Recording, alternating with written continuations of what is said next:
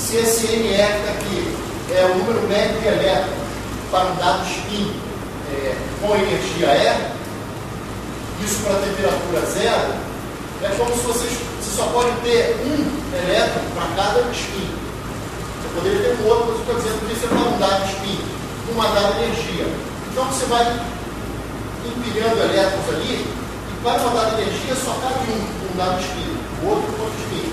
Aí vem para outra energia, para outra, é um para cada energia. Então você vai ter uma curva que é mais ou menos assim. Temperatura zero significa que todo mundo tende a ficar nos níveis mais baixos de energia. Até a última energia, que é chamada de energia de ferro. Tá? É só um nome para energia mais alta. Só que o que acontece é o seguinte: quando você está com uma temperatura P, você tem uma energia tipo KT para promover mudanças de energia de um elétron de um estado para outro.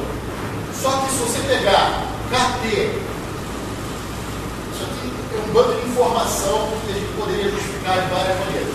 O KT para o T ambiente, ele é muito menor do que uma energia de ferro típica.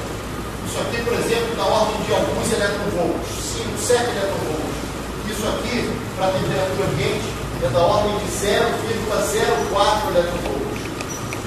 Isso diz o seguinte, que por flutuação térmica, um elétron daqui, desse nível, ele não pode vir para cá. Por quê? Porque aqui tem alguém. E elétron não pode chegar onde já tem alguém. Porque só cabe um spin assim e outro spin contrário. Então, só os carinhas aqui da ponta é que podem receber um pouquinho de KT, já que o KT é bem menor do que essa energia interna. Quando você começa a aumentar a temperatura, você tem uma curva que é muito parecida com essa, mas você só muda a pontinha dela. Então, em azul é temperatura diferente de zero. Você praticamente tem a mesma curva. E alguns elétrons aqui foram excitados para cá. Mas daqui não pode vir para cá porque já tinha alguém. Então, por conta desse princípio, isso acontece, e isso explica o fato de que o gás elétrico não contribui para o calor específico do metal. Então, para encerrar essa história, eu vou só botar tipos de coisas que mereceriam uma aula inteirinha para a gente discutir. Seria até muito mais legal do que ficar fazendo conta de quanto bacana para cá e para lá, porque esses conceitos novos eles são bacanas. Mas, infelizmente, a gente tem que seguir adiante. Então, eu vou colocar aqui alguns ingredientes quânticos, que eu já falei, mas só vou botar as palavras aqui, que são importantes para vocês entenderem tudo isso. E eu sugiro que vocês, os interessados, leiam o livro, e eu depois digo direitinho o que eu não vou cobrar numa prova. Fiquem tranquilos que eu não vou cobrar nada que eu não tenha explicado com calma em sala, ok? Então, praticamente quase tudo que eu falei hoje, tirando a parte clássica, eu não pretendo cobrar de prova, mas é uma coisa que pode motivá-los a pegar o livro e para poder entender tudo isso que eu falei, quem sabe vocês entendem tudo que vai cair na prova, certo? Então, estou usando isso como uma motivação para vocês pegarem o livro e estudarem a matéria que vocês precisam. Então, ingredientes da física quântica. Então, não sei se a palavra foi a mais adequada, mas é só para dizer o seguinte: uma coisa importantíssima é chamada de dualidade onda-partícula. Então, isso é muito bacana. Então, vocês podem começar com a discussão que vem lá de trás. Luz é onda ou partícula? Isso aqui é uma coisa sensacional, porque se vocês acompanharem a história, lá com Newton você tinha uma visão corpuscular, na mesma época com Huygens tinha uma visão ondulatória, você lembra do tal princípio de Huygens. Depois, durante essa época, Newton, que é um cara genial, acabou prevalecendo a teoria do Newton, um século e meio quase. Depois dos experimentos de interferência, de fração,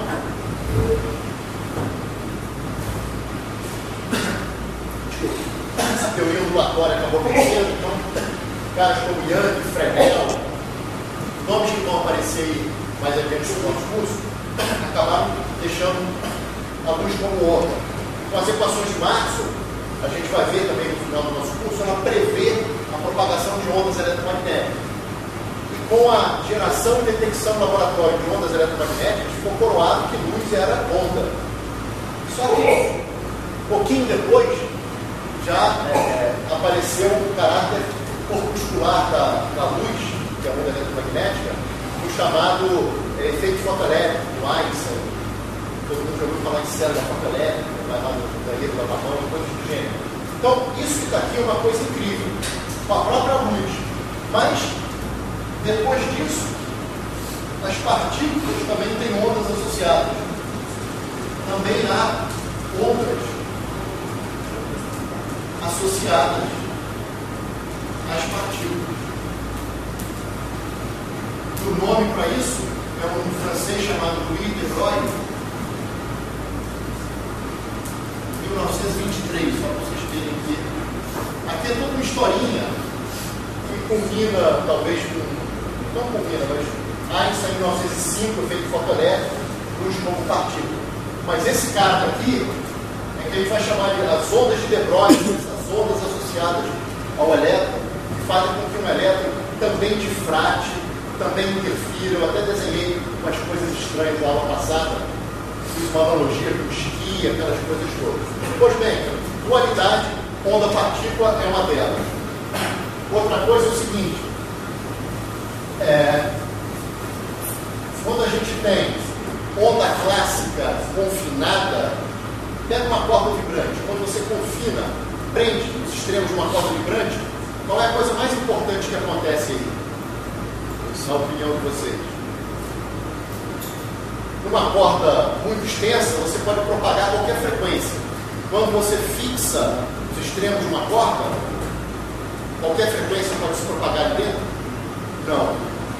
Quais são as frequências que se propagam ali dentro? São as frequências dos harmônicos. Tem algum músico aqui na sala? Você, dois só?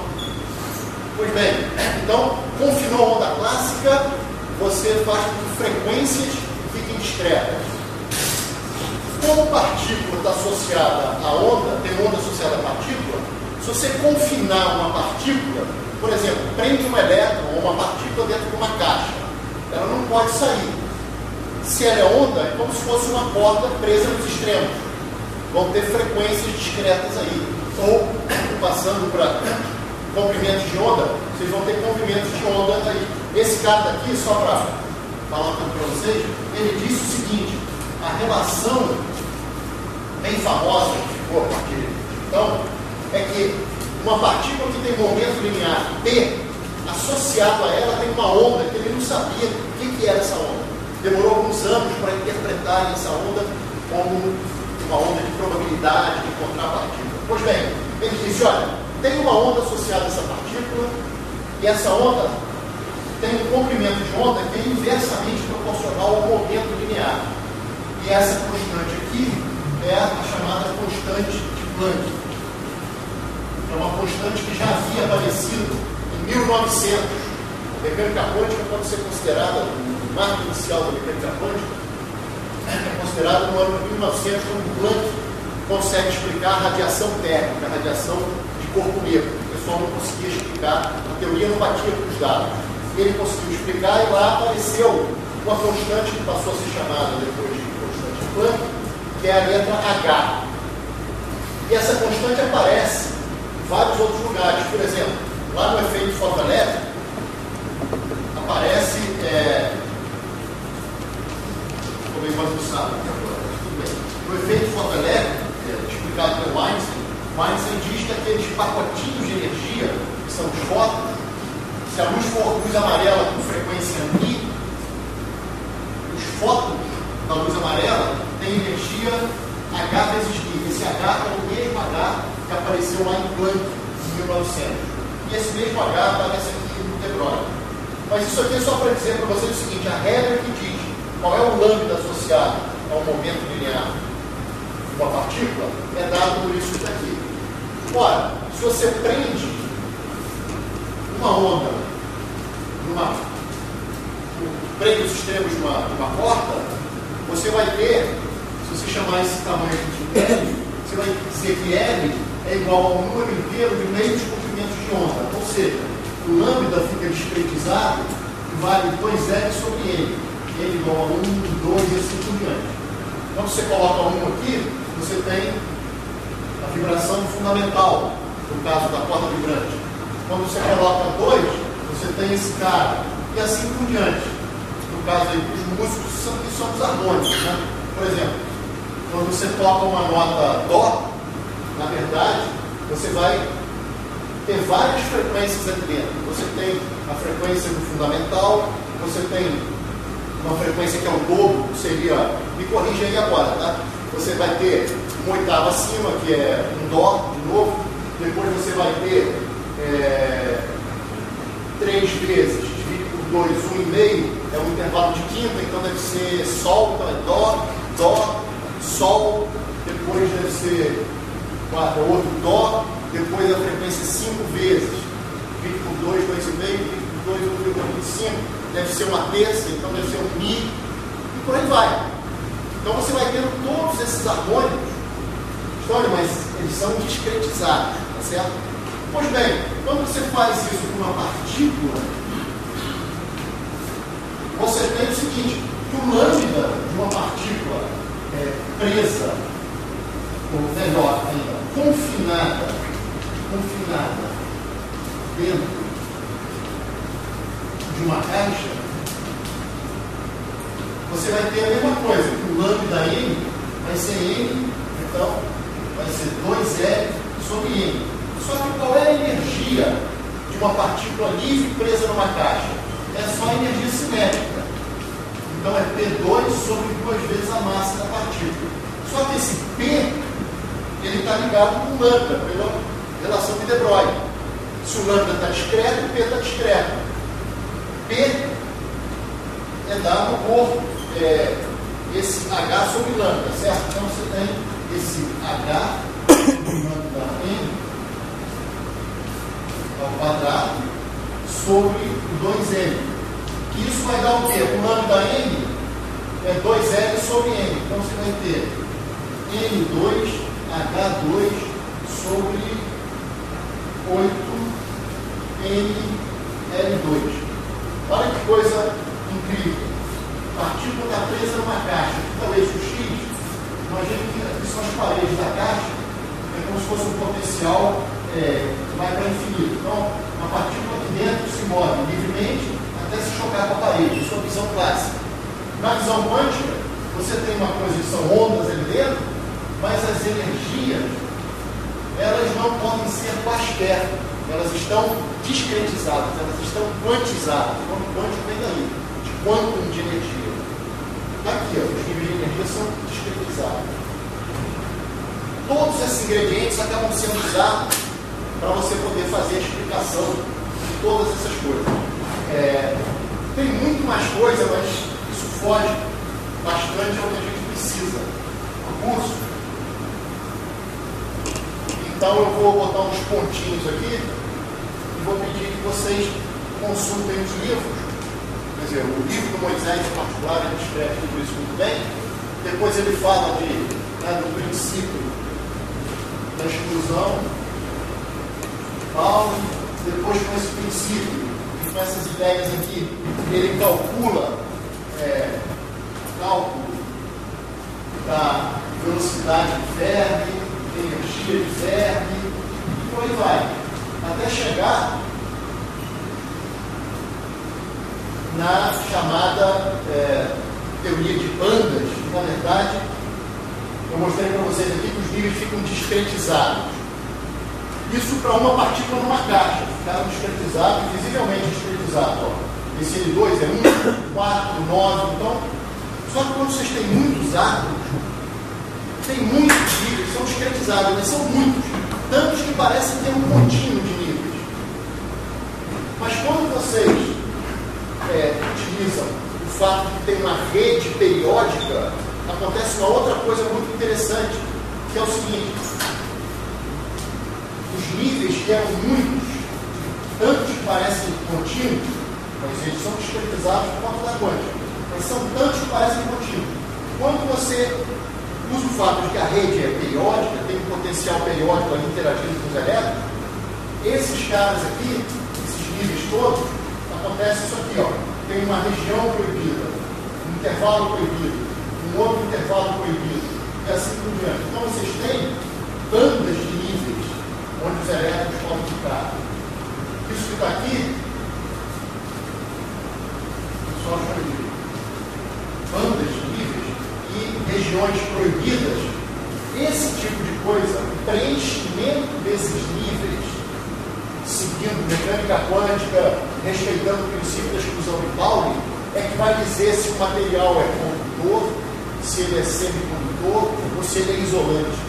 Então, aquela história de você conseguir uma teoria, no início da aula passada, eu chamei a atenção para o fato de que o sigma, ou o rho, que era a resistividade, variava por mais de 20 ordens de magnitude, 24, 25 ordens de magnitude. É incrível que uma teoria consiga explicar isso. E a mecânica quântica explica esse intervalo tão grande de coisas tão diversas. E explica com essas coisas que eu estou falando e culmina aqui com essa teoria de bandas.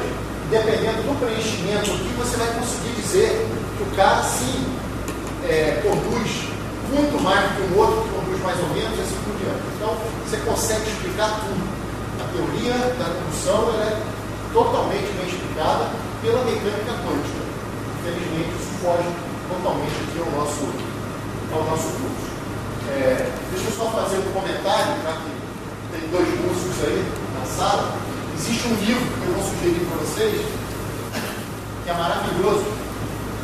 Quer dizer, existem centenas de livros, mas eu vou sugerir esse porque, por acaso, há 2 ou 3 dias eu peguei esse livro. Nem devia ter pego, porque eu tinha um monte de coisa para fazer. Cara. Fui pegar esse livro, acabou, passei horas lendo o livro, que se chama Science and Music. É antigo esse livro. É de um cara chamado James Jeans. É sensacional esse livro. É um livro para o cara que conhece um pouquinho de física, sabe o que é uma onda, esse tipo de coisa, entender. Ele fala de escalas, construção de escalas, como é que surge a escala cromática, fala de um monte de coisas interessantes. Enfim. Bom, então isso aí é uma sugestão. Acho que ele chega a discutir um pouco o que é uma dissonância e coisas do gênero, que é uma coisa bem, bem complicada. Bom, mas voltando aqui para a aula, olha só. Para fechar o capítulo 6, eu quero falar de algumas coisas que são o seguinte. Primeiro, efeito Joule, que é quando ele dissipa em forma de calor, pode servir para aquecer o seu material, ou você pode perder energia até em forma de radiação. Você passa uma corrente fio, ou você pode aquecer tanto que ele fica até ruborizado, né, e perde calor também com radiação. Esse efeito Joule, a gente pode imaginar o seguinte: imagina um fio por onde passa uma corrente I, que é dT, e a gente sabe que a carga vai de potencial maior para potencial menor, certo? Então aqui tem um certo potencial V+, aqui tem um certo potencial V-. E imagine o seguinte: essa carguinha dt aqui, passado um instante de tempo, dt, tudo bem, não é ela que sai por ali, mas o tanto de carga que cruzou aqui, cruza aqui também. Estou imaginando uma corrente estacionária. Então, num intervalo de tempo dt, é como se, em termos de energia, uma carga dq que estava nesse potencial V+, tenha ido para o potencial V-. Ou seja, houve uma perda de energia. Lembra que carga vezes o potencial dá energia. Então você tem dq V menos V-, que eu vou chamar de V. Quer dizer, V está sendo a diferença de potencial entre dois pontos aqui desse fio, por onde passa uma corrente I. Então, isso que está aqui é, vamos dizer assim, a energia perdida no tempo dt. Se vocês dividirem por dt, vocês vão ter energia por unidade de tempo, energia dissipada por unidade de tempo. Isso que está aqui é corrente, isso que está aqui é V. Então, isso é só para mostrar que a corrente dissipada, num trecho onde a diferença de potencial é V, eu chamei de V mais no evento, é V vezes si. Vocês poderiam fazer isso para um trecho infinitesimal. Então, vou repetir essa conta, só que agora eu tenho dV. Eu vou escrever isso daqui, só que em vez de V, é um dV, porque é um trecho bem pequenininho.